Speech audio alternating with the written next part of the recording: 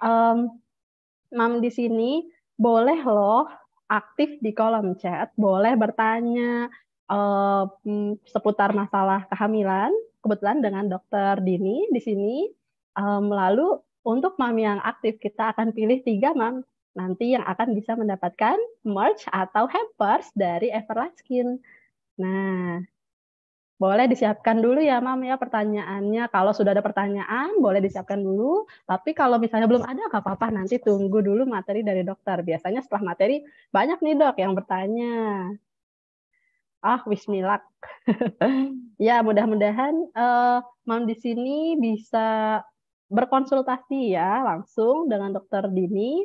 Lalu untuk Mam yang eh, belum beruntung nantinya gitu ya karena kan cuma ada 3 nih hampersnya itu nggak apa-apa yang penting kita sudah konsultasi sama dokter Dini.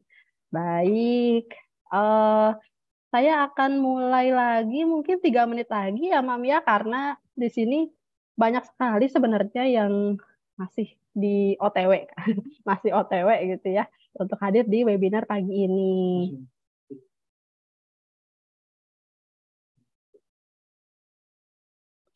Sebelumnya Mam ada yang sudah pernah menggunakan produk Everlaskin atau baru tahu nih hari ini gitu.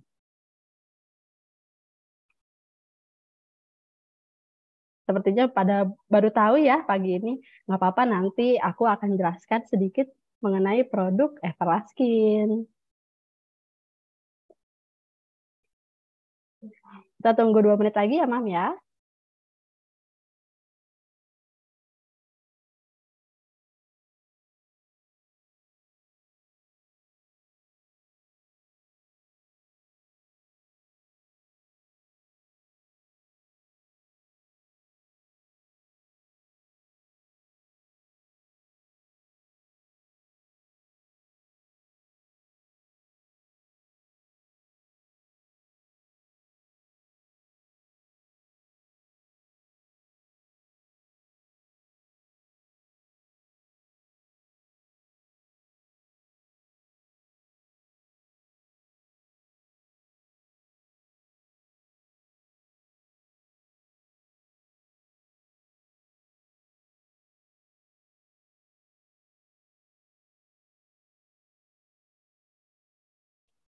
Oke, Mam. Nah, di sini aku sudah ada 3 produk yang akan Mam dapatkan nih untuk Mam yang beruntung. Pertama ada di sini, apakah terlihat? Nah, terlihat ya. Jadi nanti untuk Mam yang beruntung akan mendapat pertama produk ini namanya eh, Gentle Face Towel. Jadi di sini Mam bisa menggunakan handuknya untuk mengeringkan muka Mam yang sedang basah misalnya lagi habis cuci muka. Nah, itu bisa menggunakan Gentle Face Towel ini. Ini warnanya biru ya, Mam. Lucu banget. Ini lembut banget loh, Mam. Ini yang pertama. Yang kedua, Mam akan mendapatkan Gentle Hair Towel. Nah, di sini Gentle Hair Towelnya warnanya ungu nih, seperti warnanya kehamilan sehat ya. Di ini tuh gunanya untuk kalau Mam setelah keramas gitu ya, setelah sampoan, misalnya pagi-pagi gitu ya, terus mau beraktivitas sambil nunggu rambutnya kering bisa pakai Gentle Hair Towel dari Everlaskin ini. Ini produk yang kedua. Mau banget, wah seneng deh. Lalu yang ketiga di sini ada Refine Gentle Aqua Gel. Ini gunanya untuk eksfoliasi sama mencerahkan gitu ya, brightening. Gunanya untuk mengangkat sel kulit mati dan mencerahkan. Wah, senang banget nih. Padahal mam yang lagi hamil biasanya ada inner beauty-nya yang terpancar gitu ya. Aura-auranya tuh beda sendiri gitu ya. Nah, kalau di sini akan ditambah glowing-nya sama Everlaskin. Jadi ada 3 produk. Ada tadi di sini Refine Gentle Aqua Gel, ada gel gitu ya. Ada handuk face towel atau handuk muka, handuk wajah, dan ada handuk kalau mam habis uh, keramas. Gitu. Nah, senang banget nih produknya, bagus-bagus, lembut-lembut ya mam. Ini lembutnya nggak main-main gitu ya, karena kita sendiri sudah kurasi, tim kami sehat sendiri sudah pegang-pegang produknya, wah ini lembut banget gitu. Jadi aman untuk mom yang sedang hamil. Seperti itu ya Mam ya. Oke, karena sudah lumayan banyak nih yang hadir di sini, mungkin kita mulai aja ya. Oke, kita mulai aja webinar pagi hari ini. Halo, selamat pagi Mam. Apa kabar? Untuk Mam yang baru bergabung. Mudah-mudahan baik ya kabarnya di pagi hari ini. Di sini saya mau ucapkan dulu salam sejahtera untuk kita semua. Alhamdulillah ya Mam, kita bisa berkumpul di sini untuk ikut webinarnya Dokter Dini. Nah, puji syukur kehadirat Tuhan Yang Maha Esa atas berkatnya nih, Alhamdulillah kita semua bisa ngobrol bareng di sini walaupun masih secara online ya Mam ya. Mudah-mudahan tidak menurunkan semangat kita semua untuk bisa terus belajar, untuk terus mencari ilmu dari dokter-dokter kehamilan sehat. Untuk apa?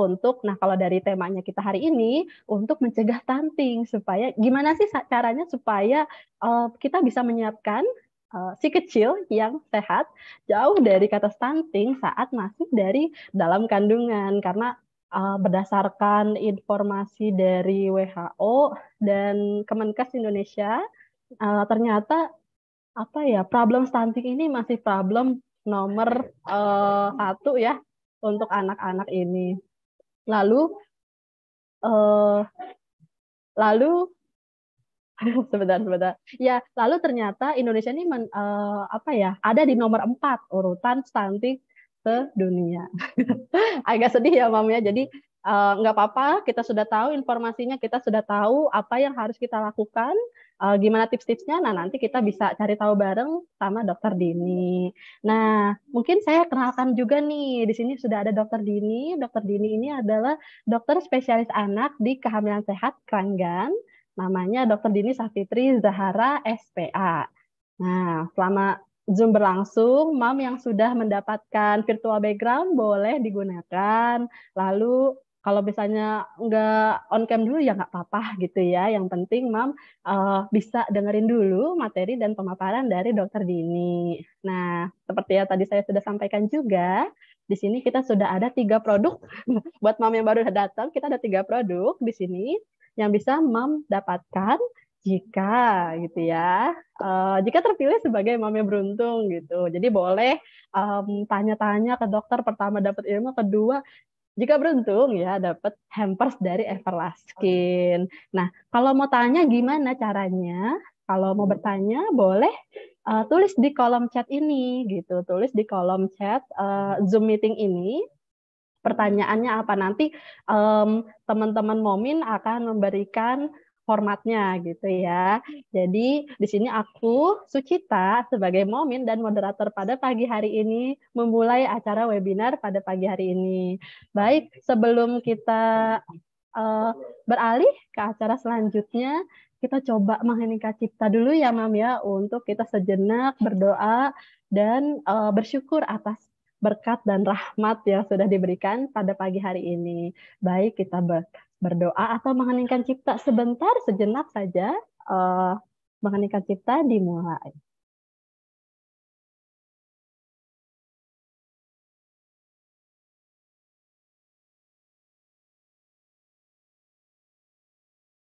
Ya, selesai.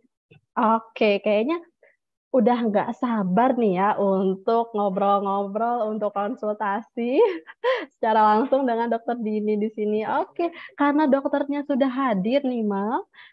Sebelum kita masuk ke materi, saya mau menyapa lagi nih Dokter Dini. Halo, dokter. Halo Kak Uci dan Mam semuanya. Halo, iya dok. Alhamdulillah, kita semua semangat nih dok untuk mendengarkan materi dari dokter. Kalau memang dokter, apakah sudah siap materinya? Siap. Ya, sudah siap. Baik, kalau begitu kita langsung saja mulai di sesi pemaparan oleh Dokter Dini mengenai gimana sih caranya mencegah stunting sejak janin dalam kandungan. Baik, silakan dokter. Terima kasih Kak Uci. Izin share screen terlebih dahulu ya. Ini sepertinya belum diizinkan untuk share screen ya. Mungkin bisa dibantu dulu, Kak. Oke, baik. Ya, halo kakak-kakak operator. Boleh minta tolong nih Dokter Didi untuk dijadikan co-host agar bisa share screen. Oke, Mam, bisa siapkan ya pertanyaannya. Oke, silakan dokter dicoba lagi. Apakah sudah bisa? Oh, bisa. Baik, baik. Apakah sudah terlihat slide saya? Sudah, Dok. Oh iya, sebentar saya slideshow dulu ya.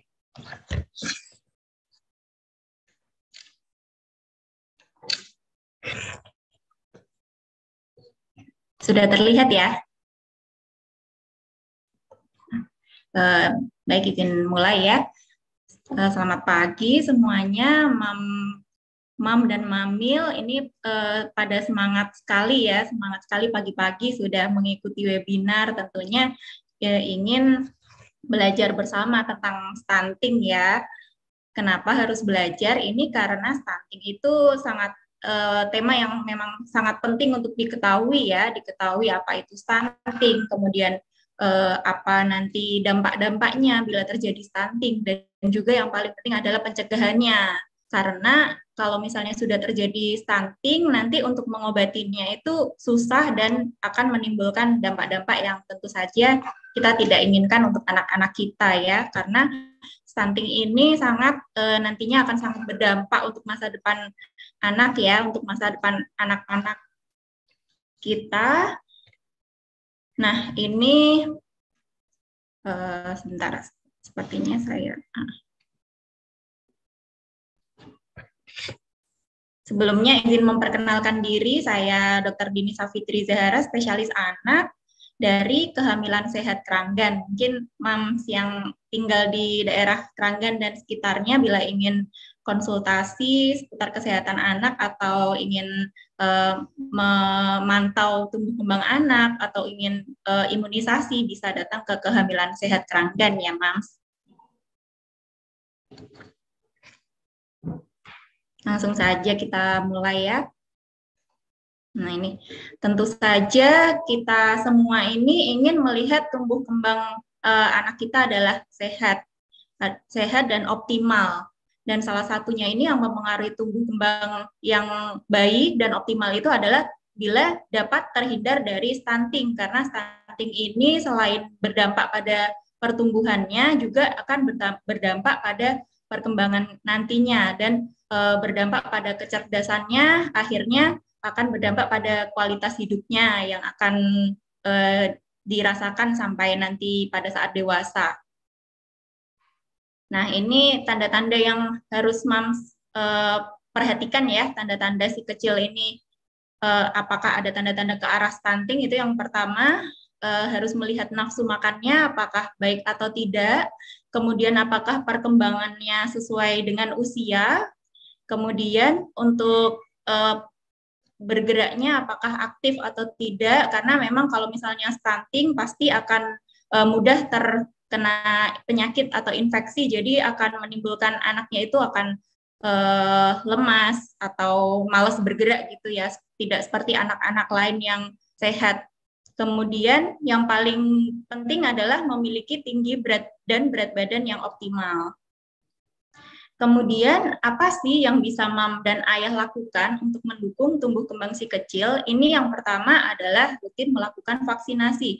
Tentunya imunisasi ini adalah salah satu upaya yang sangat penting yang bisa dilakukan untuk mencegah stunting, karena dengan imunisasi anak akan terhindar dari berbagai penyakit infeksi yang tentunya apabila terkena infeksi akan mempengaruhi nantinya tumbuh kembangnya. Kemudian rutin mengajak si kecil melakukan aktivitas fisik. Ini adalah bagian dari stimulasi ya. Bila kita rutin, maksudnya sering-sering mengajak anak dari kecil bahkan sudah bisa distimulasi, yaitu dengan cara sering dilakukan tummy time ya, salah satu contoh stimulasi agar bisa mendukung perkembangan yang optimal. Kemudian selanjutnya adalah memperhatikan perkembangan kognitif, emosi, bahasa, dan sosial kecil. Tentunya setiap jenjang usia itu ada target-target perkembangan yang harus dicapai, baik itu secara kognitif, secara sosial maupun bahasanya, itu masing-masing usia itu harus bisa tercapai sesuai dengan usianya. Kemudian yang paling penting adalah memberikan asupan nutrisi yang cukup. Ini tentu saja harus dilakukan karena 1000 hari pertama kehidupan itu adalah masa di mana merupakan periode emas terjadinya pertumbuhan dan perkembangan. Dan yang paling penting ini berhubungan sekali dengan maturasi otak ya, karena 80% dari perkembangan otak ini terjadi pada saat 1000 hari kehidupan. 1000 hari pertama kehidupan itu dimulai dari sejak dalam kandungan sampai usia 2 tahun. Kemudian, adakah dampak negatif jika anak tidak diberikan nutrisi yang cukup? Tentu saja banyak ya dampak negatifnya bila anak-anak tidak diberikan nutrisi. Tentunya nantinya akan mengalami yang namanya malnutrisi. Dan yang sesuai dengan tema hari ini adalah bila ada gangguan nutrisi atau malnutrisi pada anak, ini juga merupakan salah satu faktor resiko anak bisa mengalami stunting ya, karena tinggi badan dan berat badan yang tidak sesuai dengan usianya. Nah, ini apa sih dari tadi ngomong stunting ya, tapi apa sih sebenarnya definisi stunting itu sendiri? Mungkin Mams di sini sudah banyak yang sering mendengar tentang kata stunting ya, tapi mungkin ada beberapa yang masih untuk pengertiannya masih salah persepsi. Nah, di sini stunting ini merupakan gangguan pertumbuhan dan perkembangan anak yang diakibatkan oleh adanya kekurangan gizi kronis atau infeksi berulang yang ditandai dengan panjang atau tinggi badannya berada di bawah standar. Nah, di sini apabila ditemukan panjang badan atau tinggi badan itu di bawah minus 2 standar deviasi pada kurva WHO atau minus pada persentil 3 di bawah persentil 3 pada kurva CDC. Nah, itu setiap Mams di sini yang sudah punya anak pasti kalau misalnya kontrol atau imunisasi pasti dicek ya untuk tinggi badan dan berat badannya, diplotkan di KMS apakah sudah sesuai dengan kurva atau belum gitu. Jadi memang harus anak-anak ini harus dilakukan pemantauan rutin ya, pada dari lahir ini harus dilakukan pemantauan dengan menggunakan kurva KMS tersebut, karena misalnya ada tanda-tanda atau misalnya sudah mengarah ke gejala stunting, maka akan dapat dilakukan tindakan yang lebih dini, karena kalau misalnya didapatkan atau ditemui dengan lebih cepat, harusnya untuk penanganannya juga bisa lebih cepat daripada sudah terlambat ya. Nah, ini kenapa penting sekali? Ternyata angka stunting di Indonesia ini banyak sekali, menginjak pada 21% tahun 2022 ini banyak sekali ya. Jadi bisa dikatakan bahwa dari 5 anak itu ada 1 anak yang stunting. Itu sungguh angka yang banyak ya, angka yang luar biasa. Jadi memang ya ini pemerintah bersama dengan dokter ini sedang gencar-gencarnya mengatasi stunting di Indonesia ini, karena memang nanti efeknya itu berhubungan dengan sumber daya manusia di Indonesia nantinya, karena dengan stunting ini nanti masa depannya anak jadi kecerdasannya terganggu, sehingga nanti bisa mengganggu pada saat sudah dewasa nanti untuk pekerjaannya juga tidak akan mendapatkan pekerjaan yang baik, seperti itu. Nah, ini ciri-cirinya. Ciri-ciri anak stunting ini harus diketahui ya. Jadi memang sebelum anak lahir ini juga harus dipersiapkan. Bahkan sebelum kehamilan seharusnya Mam sudah pada tahu ya tentang stunting ini, karena memang harus diantisipasi dari sebelum ibu hamil sebenarnya. Yang pertama, ciri-cirinya adalah pertumbuhan melambat. Nah, itu tadi ya. Jadi kalau untuk pertumbuhan melambat itu bisa dilihat, dipantau dari kurva kehamilan. Jadi memang ada waktu-waktunya anak itu harus dipantau secara rutin dan diperiksa tumbuh kembangnya ke petugas kesehatan terdekat ya. Biasanya paling dekat adalah posyandu. Di situ nanti bisa dilakukan juga untuk pemantauan tumbuh kembang, atau bisa datang ke klinik kehamilan sehat juga. Ada dokter anak yang bisa memantau tumbuh kembang si kecil dan juga memberikan imunisasi.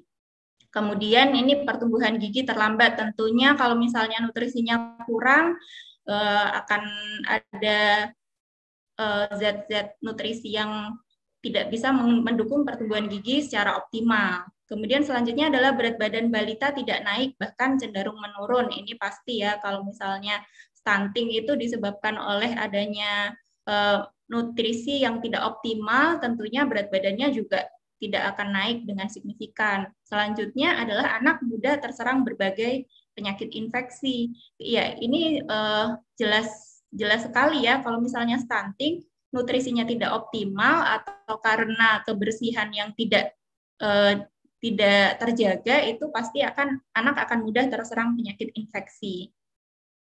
Ini penyebab utamanya adalah asupan nutrisi yang optimal.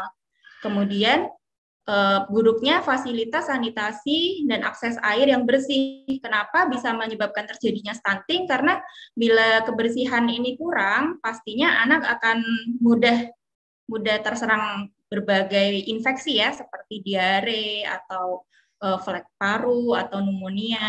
Itu akan sangat mempengaruhi tumbuh kembangnya ya, karena kalau misalnya sakit, pasti anak juga nutrisinya juga kurang. Bahkan kalau misalnya sedang sakit itu sebenarnya kebutuhan metabolismenya itu meningkat. Jadi seharusnya dapat diberikan asupan nutrisi yang lebih daripada anak yang tidak sakit.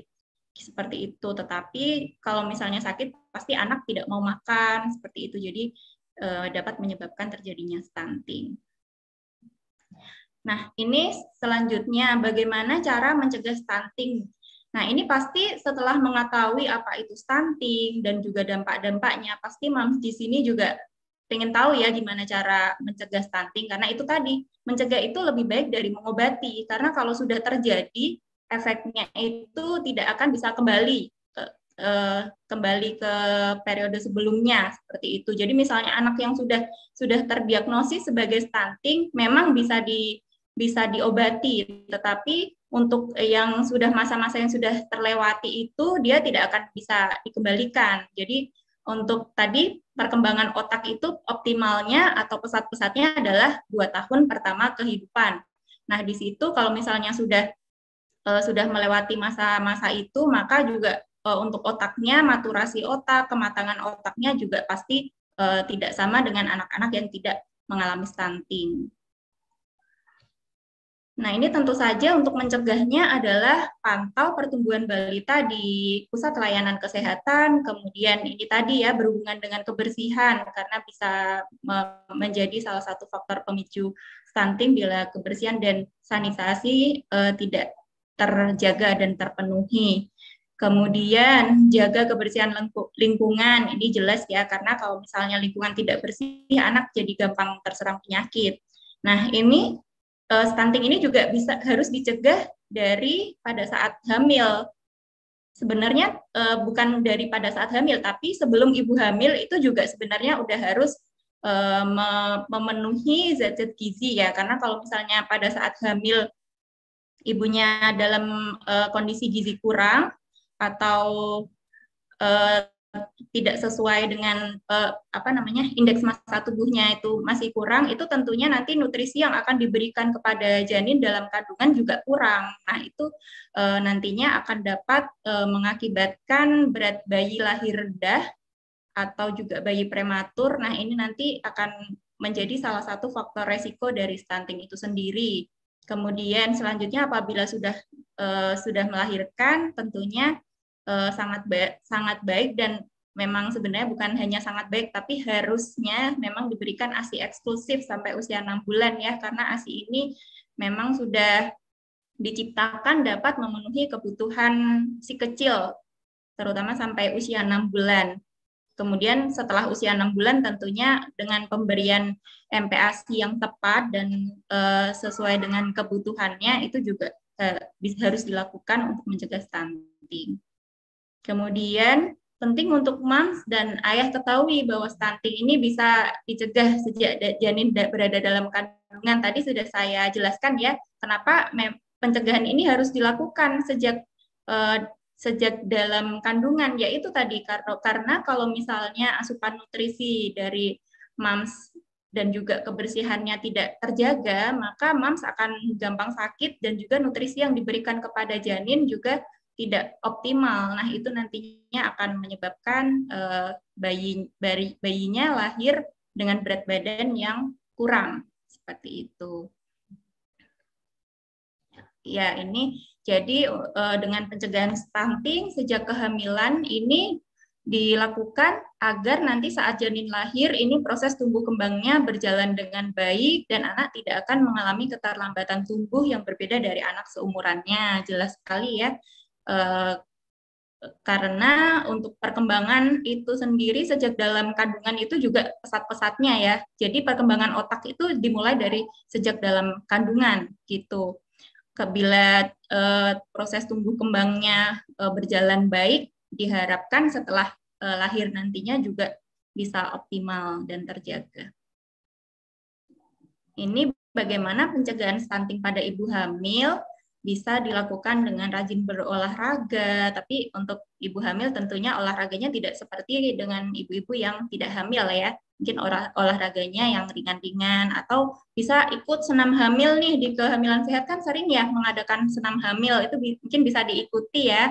Itu sebagai salah satu bagaimana cara agar bisa menjaga kondisi ibu tetap sehat sehingga janin di dalam kandungan juga sehat. Kemudian memenuhi asupan nutrisi selama kehamilan. Tentu saja ini sudah jelas sekali pada saat kontrol kehamilan pasti dipastikan untuk berat badannya itu harus sesuai dengan usia kehamilannya ya, penambahan berat badannya.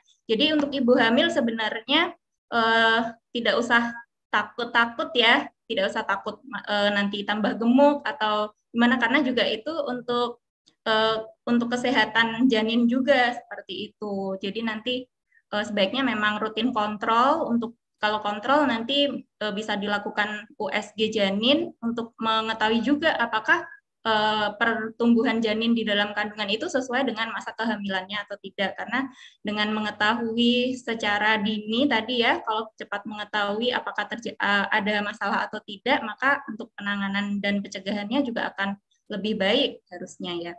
Kemudian hindari makanan-makanan yang tidak sehat, beralkohol, serta merokok. Dan ini tadi pasti penting sekali untuk melakukan pemeriksaan rutin ke dokter atau petugas kesehatan. Dan jangan lupa mengkonsumsi vitamin pada saat prenatal maupun pada saat hamil. Dan juga ada tablet tambah darah juga ya. Karena kalau misalnya kondisi ibu kurang darah atau anemia, tentunya nutrisi yang transport nutrisi yang diberikan ke janin ini tidak maksimal.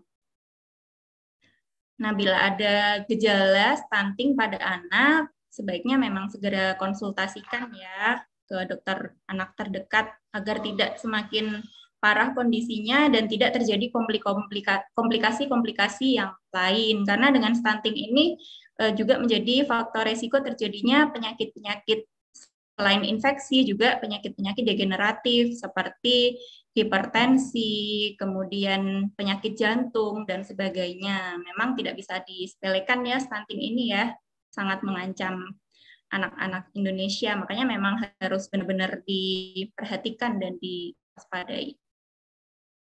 Sekian, mungkin selanjutnya nanti bila ada pertanyaan atau mungkin Mams ingin konsul seputar stunting, bisa datang ke klinik kehamilan sehat Keranggan. Ya, terima kasih. Wassalamualaikum warahmatullahi wabarakatuh. Semoga bermanfaat. Baik, terima kasih dokter. Waalaikumsalam warahmatullahi wabarakatuh. Wah, ini bermanfaat sekali ya dok ya.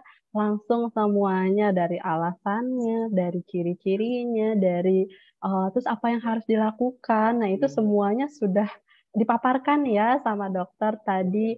Oke, untuk Mam yang akan bertanya atau kayaknya nih aku ada pertanyaan deh di sini gitu ya, gimana caranya untuk mencegah stunting atau apa sih hal yang berkaitan dengan stunting atau misalnya nih udah ada yang kelihatan tanda-tandanya, nah itu boleh aja ditanyain ke dokter Dini. Mumpung dokter Dininya nih lagi hadir di tengah-tengah kita, ya.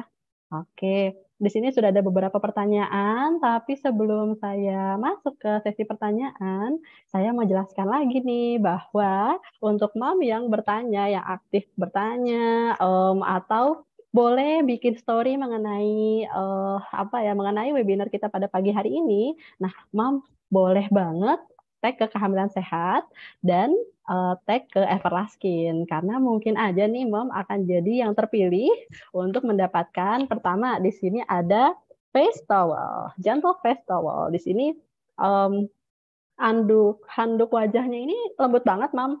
Ini aku sudah pegang sendiri. Ini kayak apa ya, kayak selimut bayi gitu loh. Selembut itu gitu ya. Aku belum punya bayi sih, tapi tahulah selembut apa gitu ya. Oke, pertama Mam bisa dapat face towel, lalu ada gentle hair towel. Di sini gentle hair towelnya kalau Mam sudah selesai keramas, kalau tadi kan habis cuci muka nih. Nah kalau di sini kalau sudah selesai keramas, cuci rambut, bisa menggunakan ini gitu ya. Jadi sambil nunggu kering supaya airnya nggak kemana-mana, bisa pakai ini. Warnanya lucu banget deh Mam, warna ungu. Warna kehamilan sehat. Yang terakhir di sini Mam juga bisa dapat Refine Gentle Aqua Gel. Refine Gentle Aqua Gel di sini nih untuk membuat kulit Mam bisa mengangkat sel kulit mati. Jadi mukanya ini ada deep cleansing-nya gitu ya. Lalu bisa juga mencerahkan. Jadi ada kandungan untuk eksfoliasi dan brightening. Seperti itu. Nah, itu ada 3 produk yang nanti akan didapatkan oleh 3 mamil yang beruntung. Kalau Mam mau bertanya, silakan. Di sini mumpung ada Dokter Dini gitu ya. Mau bikin story tentang acara pagi hari ini itu juga boleh banget. Oke, mungkin aku langsung saja nih Dok, karena sudah banyak yang bertanya, aku langsung masuk ke pertanyaan yang pertama ya Dok ya. Baik, di sini ada Mam Pikas Tawati. Di sini pertanyaannya ada 2 nih Dok. Pertama, pada usia berapa sih Dok biasanya anak itu dikatakan mengalami stunting? Jadi usia berapa ketahuannya gitu ya? Ketahuan kalau dia itu mungkin stunting atau enggaknya. Kedua, eh, apakah stunting bisa dipulihkan ya Dok? Kalau emang bisa, kalau kita sudah melakukan pemulihan gitu ya, apakah masih tetap dikatakan stunting gitu loh. Jadi istilahnya kayak pertama, kapan kita tahu kalau anak itu stunting, dan yang kedua, apakah bisa dipulihkan. Nah, setelah dipulihkan, apakah sudah terbebas atau masih tetap jadi stunting seperti itu. Itu sih, Dok, pertanyaannya mungkin boleh langsung dijawab dulu. Baik, terima kasih, Mam. Pertanyaannya bagus sekali ya. Ini ada 2 pertanyaan. Yang pertama itu usia berapa sih sebenarnya anak itu bisa dikatakan stunting? Jadi stunting ini memang bisa dikatakan sebenarnya memang tidak ada untuk usianya, memang terutama pada saat 2 tahun pertama kehidupan ya, tetapi tidak menutup kemungkinan setelah 2 tahun, setelah lewat 2 tahun itu bisa mengalami stunting juga. Ini kenapa 2 tahun ya, seperti yang tadi sudah saya jelaskan. Jadi karena masa-masa periode emas itu memang 1000 hari pertama kehidupan. 1000 hari pertama kehidupan ini maksudnya adalah dari pada saat dalam kandungan ya, daripada saat di dalam kandungan sekitar 36 sampai 40 minggu sampai usia 2 tahun. Ini yang dimaksud periode emas itu, karena yang seperti saya jelaskan bahwa dalam 1000 hari pertama itu perkembangan otak atau maturasi otak ini adalah pesat-pesatnya, yaitu 80%. Nanti setelah 2 tahun itu baru sisanya 20%. Bisa dibayangkan ya betapa pesatnya usia itu gitu. Jadi memang moms ini tidak boleh melewatkan masa-masa periode emas itu. Karena untuk perkembangan itu sendiri, ini menyambung ke pertanyaan kedua ya. apakah stunting itu bisa diobati? Bisa diobati. Jadi misalnya sudah didiagnosis sebagai stunting, memang untuk status nutrisinya ya, untuk status nutrisinya itu bisa dikejar ya dengan cara memberikan asupan nutrisi yang sesuai dengan kebutuhannya atau diobati penyakit-penyakitnya. Tetapi yang perlu diingat adalah mengobati itu tidak pasti tidak lebih baik daripada mencegah. Karena apa? Karena kalau misalnya sudah bisa disembuhkan, itu tidak akan bisa mengembalikan masa-masa yang sudah terlewati itu. Gitu. Jadi misalnya nih tadi yang dalam 2 tahun pertama itu terjadi stunting, kan sudah berarti proses pematangan otaknya, maturasi otaknya pada saat itu kan sudah tidak optimal ya. Padahal untuk perkembangan otak kan setelah 2 tahun itu tinggal 20%. Jadi untuk 80% awalnya ini sudah tidak optimal, itu tidak bisa dikembalikan lagi, tidak bisa balik ke usia sebelumnya kan, seperti itu. Jadi memang bisa diobati, tetapi tetap saja anak yang nanti sudah pernah ada riwayat stunting itu tidak bisa seoptimal tumbuh kembangnya seperti anak-anak yang tidak dengan stunting seperti itu. Itu di berbagai faktor ya, faktor kecerdasannya, nanti sekolahnya, bagi prestasi di sekolahnya seperti apa, nanti juga akan berlanjut ke masa depannya, karena anak-anak yang mungkin kecerdasan atau kognitifnya di bawah rata-rata, tentu saja nanti kalau mencari pekerjaan itu juga susah seperti itu. Mungkin semoga bisa menjawab ya, Mam. Oke, jadi luas banget ya cakupannya. Pertama tadi bisa ketahuan di setelah dia lahir misalnya seperti itu. Lalu kita gimana cara mencegahnya ya dari 1000 hari pertama, dari masih sejak dalam kandungan dan 2 tahun pertama seperti itu ya Dok ya. Dan sampai ujung-ujungnya tuh ke mencari pekerjaan gitu ya, atau prestasinya di sekolah seperti itu. Jadi Ya. ini penting banget. Oke, baik. Terima kasih Dok untuk jawabannya. Ini sangat jelas. Mudah-mudahan jelas ya, Mam ya. Oke, kita langsung ke pertanyaan selanjutnya. Di sini dari Mam Mary Dwi Rianti. Nah, di sini bertanya ada 3. Oh, pertanyaannya baik. Mungkin kita satu-satu dulu ya Dok ya. Apakah bumil yang mengalami morning sickness parah di TM1 berisiko melahirkan anak dengan stunting ya Dok ya? Mungkin bisa dijawab satu dulu Dok. Oh ya, baik. Ini ya, pertanyaannya apakah kalau misalnya morning sickness itu bisa berpengaruh pada stunting? Itu kembali lagi ke tadi harus dilakukan pemantauan, terutama apabila mengalami morning sickness kan asupan yang sudah didapat sudah masuk itu keluar lagi ya. Itu takutnya asupan yang masuk ke tubuh mams itu berkurang juga.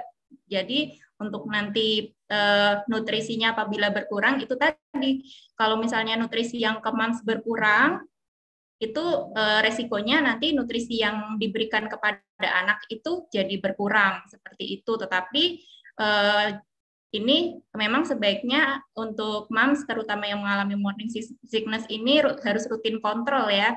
Rutin kontrol tujuannya apa? Untuk mengetahui pertambahan berat badan moms ini udah sesuai atau belum sesuai dengan usia kehamilannya.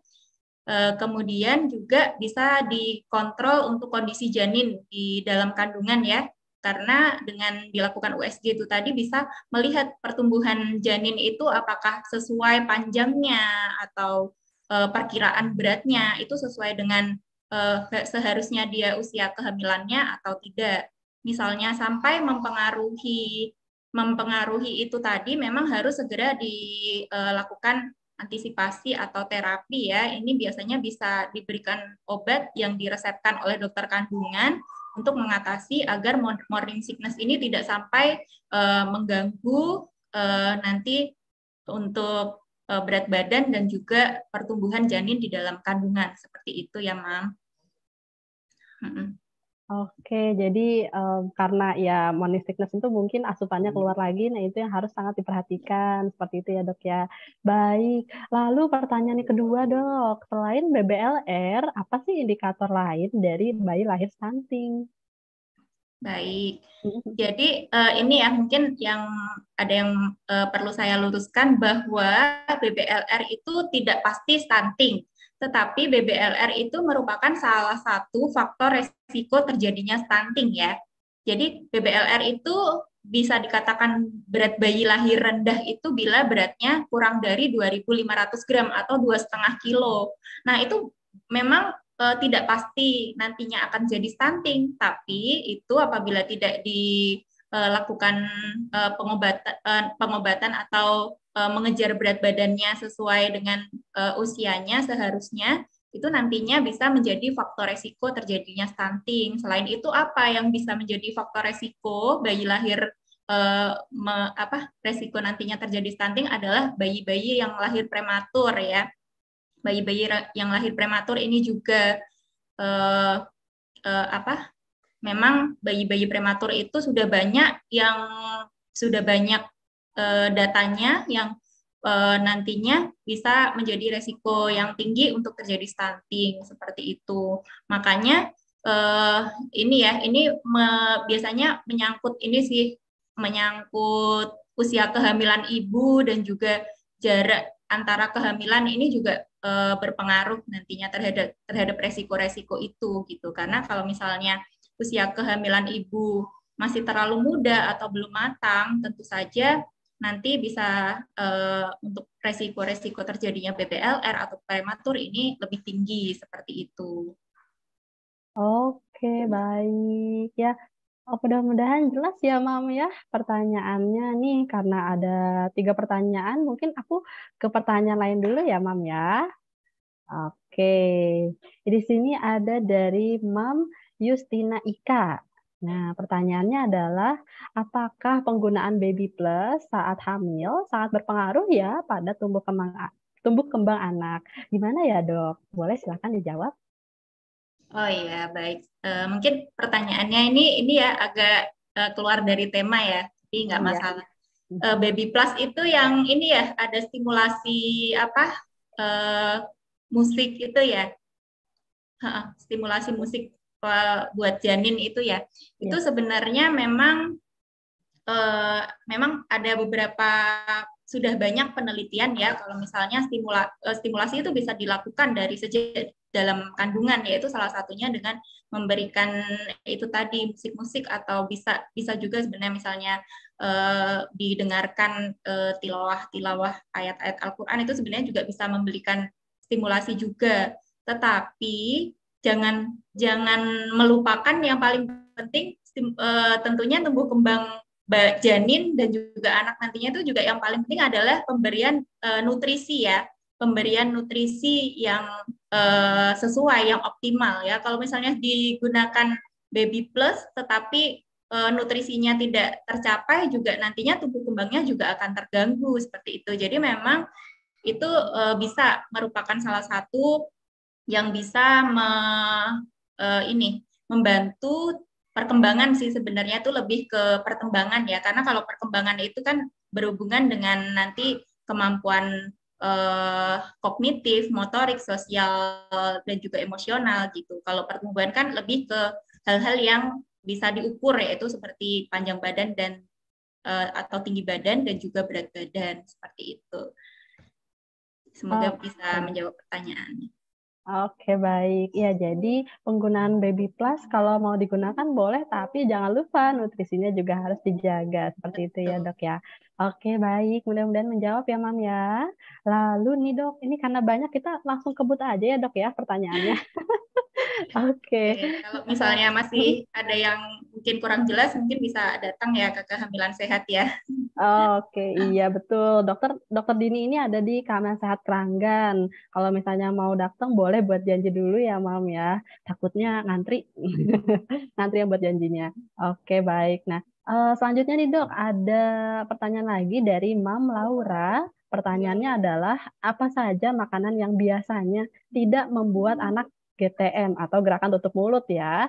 Karena mengkhawatirkan nih dari GTM bisa jadi stunting, karena nggak mau makan dan maunya ASI aja, seperti itu. Lalu gimana nih cara kita memonitoring pertumbuhannya ya dok ya, yang mendasar? Oke, itu saja pertanyaannya dok, silakan dijawab. Baik, bagus sekali nih pertanyaannya ya. Bagus-bagus memang pertanyaannya ya, Mam, di sini ya. Pada semangat dan antusias antusias sekali.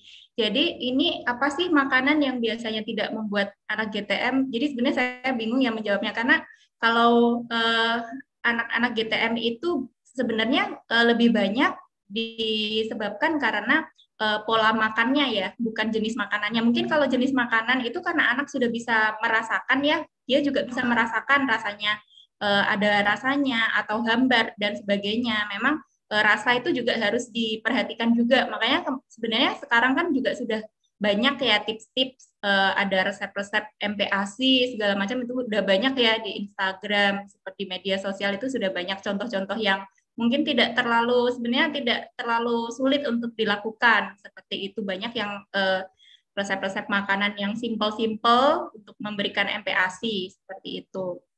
Jadi memang rasa itu juga perlu untuk diperhatikan. Jadi mungkin kalau misalnya sebelum ngasihin MPASI ke anak itu juga sebaiknya mungkin dicicipin dulu ya. Tentunya juga tentunya ada batasan-batasannya juga. Bukan berarti kalau misalnya harus enak tentu nanti dikasih MSG dan sebagainya. Memang untuk MPASI sebaiknya dihindarkan pemberian MSG ya karena itu mengandung sodium yang tinggi itu bisa menjadi salah satu faktor risiko terjadinya hipertensi atau tekanan darah tinggi seperti itu. Nah, sebenarnya kalau GTM itu untuk mengatasi GTM itu tentunya kembali lagi selain rasa makanan itu juga pola pemberian makan atau feeding rules ya. Feeding rules ini juga sangat berpengaruh terhadap terhadap keoptimalan pemberian makan. Karena misalnya feeding rules-nya ini tidak sesuai, itu nantinya anak itu misalnya nih, kalau feeding rules itu kan seharusnya dijadwalkan untuk pemberian makan utama misalnya kalau misalnya masih usia awal-awal MPASI sebenarnya pemberian makannya tidak terlalu banyak ya karena itu fungsinya hanya untuk mengenalkan saja mungkin 2 kali itu jadi pada saat pemberian makan itu seharusnya tidak diawali dulu atau mungkin dijeda minimal 2 jam dari pemberian ASI atau susu gitu karena kalau misalnya udah kenyang karena ASI atau susu tentunya dia nggak merasa sudah kenyang jadi makannya juga jadi sulit gitu biasanya makanya memang harus dijadwalkan ya kapan memberikan makan utama, memberikan susu atau ASI, dan juga kapan memberikan makan selingan. Tidak boleh pada saat pemberian makan utama ini didistraksi atau diberikan terlebih dahulu snack atau susu karena itu pasti akan mengganggu. Kemudian juga feeding rule ini juga contohnya seperti perlu diperhatikan contohnya misalnya sambil nonton gadget atau nonton TV pasti anak tidak fokus makan jadi dia lebih asik memperhatikan TV atau gadgetnya itu juga bisa menjadi salah satu pemicu GTM juga karena dia merasa dia sedang asik nonton kenapa harus makan seperti itu memang harusnya kalau untuk pada saat jam-jam jadwal makan itu harusnya fokus untuk makan saja seperti itu.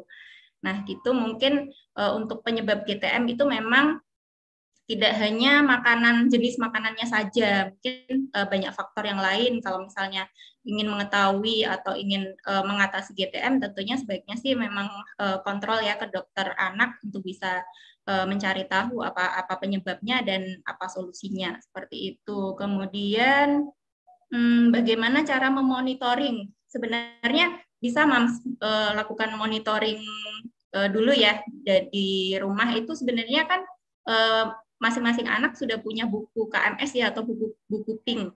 Di situ kan udah ada grafik berat badan anak ya dan juga tinggi badan itu bisa diplotkan di grafik itu. Jadi kalau misalnya di grafik itu dia di bawah garis merah itu tentunya harus dikonsulkan ya, harus dikonsulkan apakah memang ada kecenderungan atau gejala-gejala yang mengarah ke stunting. Memang idealnya memang untuk pertumbuhan itu sesuai dengan garis yang ada di grafik KMS itu. Apalagi kalau misalnya dia grafiknya nantinya malah menurun semakin bertambahnya usia, itu harus lebih diwaspadai ya. Jangan sampai memotong garis atau malah turun ya. Seperti itu. Oke, baik, Mam. Itu ya jawabannya sudah dijelaskan sekali bahwa GTM itu memang pertama kita harus kasih tahu rasa-rasanya dulu gitu ya, karena kan memang makanan itu banyak banget rasa-rasa tertentu. Lalu yang kedua feeding rules dan mindful eating sepertinya ya dok ya. Jadi memang kita sendiri gitu ya sebagai yang sudah dewasa kadang kalau makan itu pengennya ditemenin sama suara-suara dari tayangan seperti itu ya. Jadi mudah-mudahan kalau misalnya kita tidak kita patuh atau kita mindful eating, kita anak juga ikut jadi nggak GTM. Baik, terima kasih dok jawabannya. Ini ada pertanyaan lagi nih dok dari Mam Yuni Surbiah. Nah, di sini pertanyaannya adalah usia kehamilan saya baru 7 minggu dengan berat badan 96 kg. Dengan berat badan yang saya punya, apakah akan tetap berpengaruh terhadap perkembangan janin saya dan apakah ada resiko anak terlahir stunting? Saya sudah mengonsumsi Polamil, Genio, dan tambahan vitamin dari bidan dengan kondisi tidak terlalu mual. Dan apakah saya harus diet yang aman agar nutrisi yang masuk tidak berkurang ke si janin itu seperti apa, dok? Oke, ini tentang mam plus janinnya seperti itu ya. Baik, silakan dok dijawab. Baik, terima kasih atas pertanyaannya. Mungkin kalau dengan berat badan segini pada usia 7 minggu, mungkin memang sudah cukup ya, atau sebenarnya ini sih harusnya dicantumkan juga berat badan sebelum hamil ya, karena yang dilihat itu bukan berat badan pada saat itu, tetapi pertambahan berat badannya seperti itu. Karena pertambahan berat badan itu kan ada ini ya, ada patokannya di tiap usia kehamilan gitu. Tapi jangan salah, dengan pertambahan berat badan yang banyak itu belum tentu ya, belum tentu yang masuk ke janin itu juga pasti banyak gitu. Makanya kenapa janin itu juga harus dilakukan pemantauan minimal 3 kali dalam kehamilan ya, Mams, untuk mengetahui dia pertumbuhan di dalam kandungan itu sudah sesuai dengan target usia kehamilan atau tidak, seperti itu. Kemudian apa akan berpengaruh terhadap perkembangan janin? Ya itu tadi ya, untuk pengaruh atau tidak, tentunya kalau misalnya seharusnya kalau misalnya nutrisi yang didapat ibu itu baik dan tidak ada komorbid penyakit tertentu, itu seharusnya idealnya sih nutrisi yang masuk ke janin juga baik, seperti itu. Tetapi memang tidak menjamin kalau misalnya dengan pertambahan berat badan ibu yang banyak itu yang akan masuk ke anak itu juga pasti banyak gitu ya. Kemudian ini ya, bagus ya Mam sudah mengkonsumsi vitamin tambahan ya. Memang ini juga bisa sebagai salah satu yang bisa mendukung pertumbuhan dan perkembangan janin ini optimal, seperti itu. Kemudian kalau untuk diet ya, diet yang aman agar nutrisi yang masuk ke janin tidak berkurang itu seperti apa sebenarnya?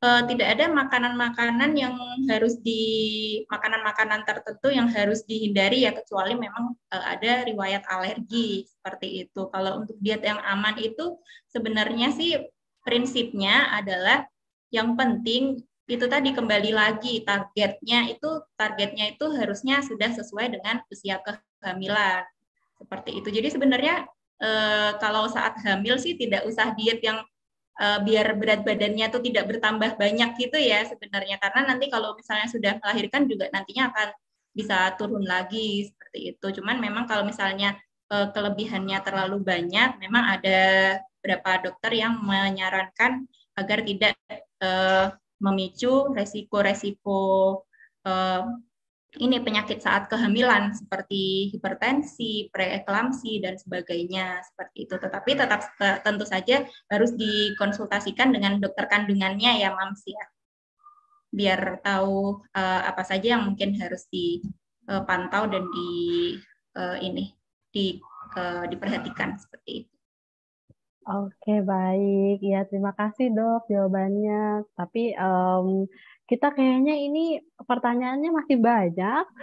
Cuma kayaknya waktunya sudah habis gitu ya dok ya. Jadi untuk mam yang masih ingin bertanya boleh langsung datangi nih dokter Dini untuk bisa apa ya langsung konsultasi gitu ya. Kalian cek-cek juga di Kehamilan Sehat Keranggan. Oke, baik dokter. Ini terima kasih banyak atas Q&A-nya.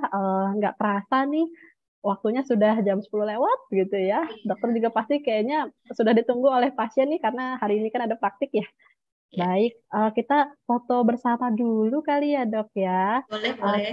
ya baik, untuk mam yang ada virtual background, yang mau on cam silakan mam, kita akan foto bersama.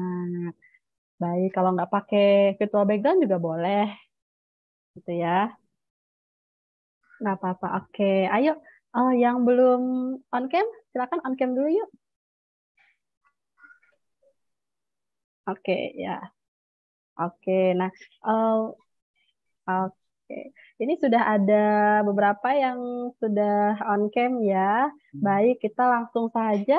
Oke, yuk, kakak-kakak operator, kita langsung saja foto 1, 2, 3. Oke, karena ini cuma satu slide, jadi satu kali aja ya. Nanti kita bisa foto bersama lagi di webinar selanjutnya. Oke, baik. Terima kasih banyak ya dok ya sudah hadir, menyempatkan waktunya yang sangat-sangat berharga ini gitu ya untuk bisa memberikan ilmu, memberikan konsultasi ke Mamils di sini. Terima kasih ya dok. Sama Kak Uci, sama-sama Mam semuanya. Semoga bermanfaat ya. Ya, terima kasih dok. Saya juga mau terima kasih sama para mamil yang sudah hadir di pagi hari ini, yang sudah semangat gitu ya, jam 9 belum beres gitu ya. Belum beres ini itu, tapi langsung masuk ke webinar. Atau kalau kalau mamil mungkin udah pada beres ya, cepet gitu ya beresnya. Nah, em, sebelumnya saya juga mau infokan lagi bahwa ada 3 mamil yang akan beruntung, yang akan mendapatkan produk-produk dari Everlaskin. Jadi mamil silakan kalau yang mau bikin story gitu ya tentang kehamilan sehat itu boleh banget. Dan kita juga masih ada nih Mam undian berhadiah yang apa ya yang ada beberapa brand yang ada hadiahnya itu kita sudah siapkan 25 untuk 25 mam yang beruntung. Di situ ada perlengkapan makan, ada susu untuk mam, ada apa lagi ya? Ada banyak banget, ada paket bantal untuk bayi gitu ya, telon minyak telon gitu ada. Nah, Mam bisa follow aja Instagram Kehamilan Sehat. Di situ ada postingan yang dipin namanya undian berhadiah. Nah, kebetulan pengumumannya ada di besok, Mam. Jadi hari ini masih sempat nih kalau mau bikin story tentang undian berhadiah. Oke, oke.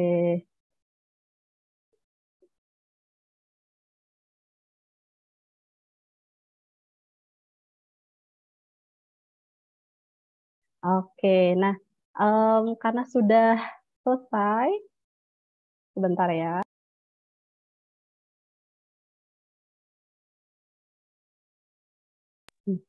Oke, tadi aku sudah diinfo nih sama tim bahwa pengumumannya ada di hari Senin ya, Mam ya. Jadi tunggu aja di hari Senin. Mudah-mudahan Mam terpilih nih menjadi yang mendapatkan paket-paket hampers dari Everlaskin. Ya, baik. Terima kasih banyak ya, Mam, sudah hadir di webinar pagi hari ini.